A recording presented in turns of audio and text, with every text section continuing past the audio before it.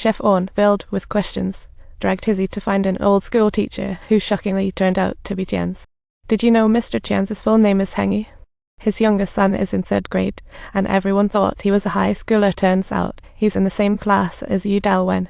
On was stunned by the teacher, dragging Hizzy out like a whirlwind, only to face a surprise in the hallway. He bumped into the annoying kid. The boy looked serious and ignored him, making On angry. After school, the sky cleared, and the air smelled of earth. On relied on his memory. Back at the earth house in the hill, it was shut. He peered through the glass, tipsy. He found the Cat Baron gone, leaving On blue sold by Grandpa.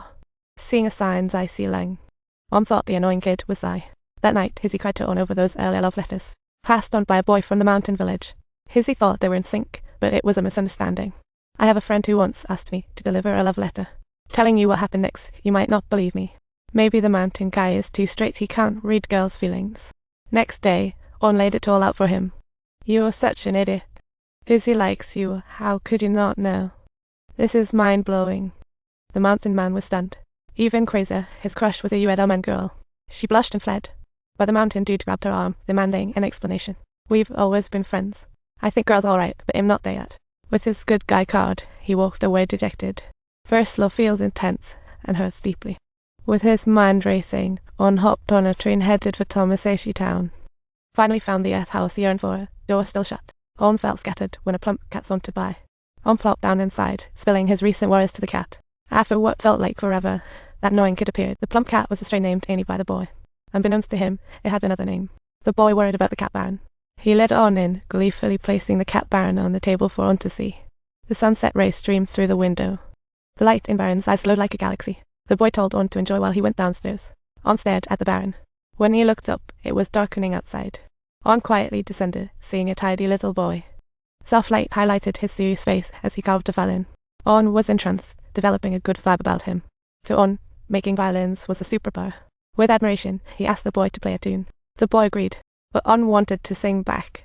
The girl blushed, protesting her bad pitch as the boy's violin played. Funny enough, it was the song's meant to. Both felt a bit awkward, but the music brought them together in rhythm. On's grandpa and his friend just walked back into the store and were instantly captivated. Everyone cheered and clapped, surprised to find that Shinxi had such adorable friends like, really? What? Shinxi, are you the famous Jen Shinxi? This is too weird. Didn't I tell you my name? Nope. Your door has Zaijai on it, which is my grandpa's name. On blush, loving and hating Tian Shinxi. What a twist of fate. It hit the girl's heart. On's embarrassed. Annoyed look prompted adults to laugh as night fell. Under the twinkling stars, Shinxi rode his bike to escort On home, and she was suddenly so gentle and graceful she was practically the new. Shinxi shared his dream of being a top-notch violin maker with On, who genuinely thought he was already pretty amazing. But Shinxi thought that was just the bare minimum everywhere. He wanted to go to Cremona in Italy after junior high to learn the craft. Cremona has been a violin-making hotspot since the 16th century, and famous brands like Stradivari and Guarneri all hail from there. But even so, his parents didn't get his dream. They thought he should just go to high school and then college, while only his grandfather. Nonetheless, even with his parents opposing him, Shinxi still wanted to earn their approval. On listened intently, but felt lost about his future, getting jittery-facing impressive Shinxi.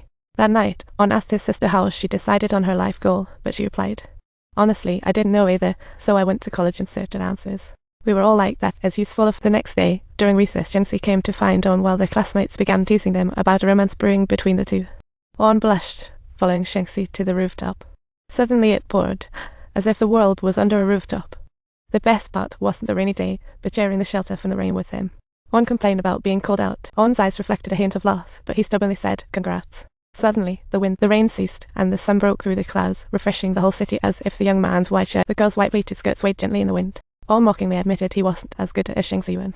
Just wanting to go to the same high school as the boy felt like a wild dream. "You know, I've had my eye on you for a while now. Remember those times we brushed past each other in the library? Like, several times. I even sat next to you just so my name could show up on the boring card sooner. I read a ton of books for that. If I ever make it to Italy, it'll be serenading your song all the time." Facing Shinxi's romantic confession, On felt thrilled yet lost, realizing that Shinxi would leave him behind to chase his dreams. It was like a bubble waiting to burst. Just then, nosy classmates interrupted. On pretended fury, shooing them away to hide his tears.